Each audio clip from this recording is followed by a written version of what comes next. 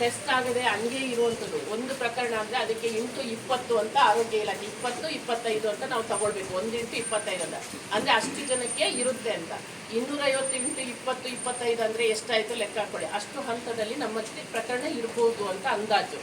ಅದರಿಂದಾಗಿ ನಾವು ಡೆಂಗ್ಯೂ ತುಂಬ ಅಪಾಯಕಾರಿ ಅಂತ ನಾವು ಯಾರೂ ಭಯಪಡಬೇಕಾಗಿಲ್ಲ. ತುಂಬ ಅಪಾಯಕಾರಿ ಏನಾದರೂ ಆಗ್ಬೋದು, ಕೊರೋನಾ ರೀತಿ ಖಂಡಿತ ಇಲ್ಲ.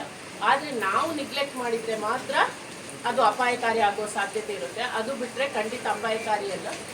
ಬೇರೆ ಜಿಲ್ಲೆಗಳಲ್ಲಿ ಈಗಾಗಲೇ ಡೆಂಗ್ಯೂಯಿಂದ ಸುಮಾರು ಸಾವು ಆಗಿರುವಂಥದ್ದು ಗಮನಕ್ಕಿದೆ. ಹಾಸನದಲ್ಲಿರ್ಬೋದು, ಮೈಸೂರಲ್ಲಿ ಆಗಿದೆ. ಆದರೆ ನಮ್ಮ ಜಿಲ್ಲೆಯಲ್ಲಿ ಇದುವರೆಗೆ ಅಂಥ ಪ್ರಕರಣ ದಾಖಲಾಗಿಲ್ಲ. ದಾಖಲೆ ಆಗೋದು ಕೂಡ ಬೇಡ. ಅದಕ್ಕೆ ನಾವು ಕೆಲವು ಮುನ್ನೆಚ್ಚರಿಕೆಯನ್ನು ನಾವು ತಗೊಳ್ಬೇಕಾಗುತ್ತೆ.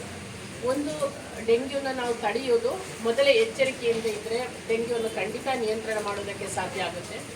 ಒಂದು, ಈ ಡೆಂಗ್ಯೂ ಸೊಳ್ಳೆ ಅದು ಹಗಲು ಹೊತ್ತಿನಲ್ಲಿ ಕಚ್ಚುವಂಥದ್ದು. ಅದರಿಂದಾಗಿ ನಾವು ಹಗಲು ಹೊತ್ತಲ್ಲಿ ಸೊಳ್ಳೆಗಳು ಕಚ್ಚುವಂಥ ಸಾಧ್ಯತೆ ನಮ್ಗೆ ಗೊತ್ತಾಗುತ್ತೆ. ಅದು ಸುತ್ತಮುತ್ತ ಬಂದರೆ ಅದನ್ನು ಆದಷ್ಟು ಬೇಗ ನಾವು ಕಚ್ಚದಾಗೆ ತಡೆಯಬೇಕಾಗುತ್ತೆ. ಅದು ಒಂದು ನಿಯಂತ್ರಣ. ಅದಕ್ಕೆ ತಕ್ಕದಾಗೆ ಬೇಕಿದ್ರೆ ತುಂಬ ಸೊಳ್ಳೆಗಳಿರುವಂಥ ಏರಿಯಾದಲ್ಲಿ ಒಡಮಾಸ ಏನಾದರೂ ಕ್ರೀಮ್ ಹಚ್ಚುವಂಥದ್ದು ಅಥವಾ ಕಹಿ ಬೇವಿನ ಎಣ್ಣೆ ಅದು ತುಂಬ ಸುಲಭವಾಗಿ ಸಿಗುತ್ತೆ. ಅದನ್ನು ಸ್ವಲ್ಪ ಹಚ್ಚಿದರೆ ಆ ಸ್ಮೆಲ್ಲಿಗೆ ಸೊಳ್ಳೆ ಬರುವುದಿಲ್ಲ, ಮೈ ಹತ್ರ ಬರುವುದಿಲ್ಲ. ಮುಖ್ಯವಾಗಿ ಶಾಲೆಗೆ ಹೋಗುವ ಅಂಗನವಾಡಿ ಮಕ್ಕಳಿಗೆ ಅವ್ರಿಗೆ ಗೊತ್ತಿರೋದಲ್ಲ, ಸೊಳ್ಳೆ ಕಚ್ಚಿಸ್ಕೊಂಡು ಬಿಡ್ತಾರೆ. ಅದರಿಂದಾಗಿ ಅವರಿಗೆ ಸ್ವಲ್ಪ ಹಚ್ಚಿ ಕಳಿಸುವಂಥದ್ದು, ಆ ಎಣ್ಣೆನ ಹಚ್ಚಿಗಳಿಗೆ ಸ್ಕೂಲಿಗೆ ಕಳಿಸುವಂಥದ್ದು ಈ ರೀತಿ ಮಾಡಬೇಕಾಗುತ್ತೆ. ಯಾಕಂದರೆ ಚಿಕ್ಕ ಮಕ್ಕಳಿದ್ದಾರೆ. ಅದು ಒಂದು ನಾವು ಮುನ್ನೆಚ್ಚರಿಕೆ ವಹಿಸುವಂಥದ್ದು. ಮತ್ತು ಜ್ವರ ಬಂದ ತಕ್ಷಣ ತಪಾಸಣೆ ಮಾಡಿಸುವಂಥದ್ದು. ಯಾಕಂದರೆ ಡೆಂಗ್ಯೂ ಹೌದಾ ಅಲ್ವಾ ಅಂತ ನಮ್ಗೆ ಗೊತ್ತಿರೋದಿಲ್ಲ. ನಾವೇ ಹೋಗಿ ಮೆಡಿಕಲ್ ಶಾಪಲ್ಲಿ ಪ್ಯಾರಾಸಿಟಮಾಲ್ ಟ್ಯಾಬ್ಲೆಟ್ ಏನೋ ತಗೊಂಡು ಜ್ವರನ ನಿಯಂತ್ರಣ ಮಾಡ್ತೀವಿ.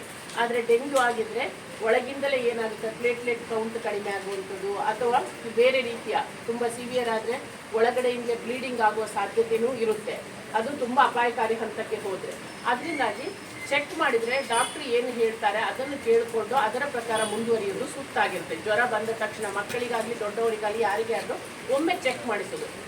ಜ್ವರದ ಅದು ಡೆಂಗ್ಯೂ ಸಿಂಪ್ಟಮ್ಸ್ ಆದರೆ ಫುಲ್ ರೆಸ್ಟ್ ತಗೊಳ್ಬೇಕು ಮತ್ತು ಬ್ಲಡ್ ಚೆಕಪ್ ಮಾಡಿಸುವಂಥದ್ದು ಅದನ್ನು ವೈದ್ಯರು ಮಾಡ್ತಾರೆ.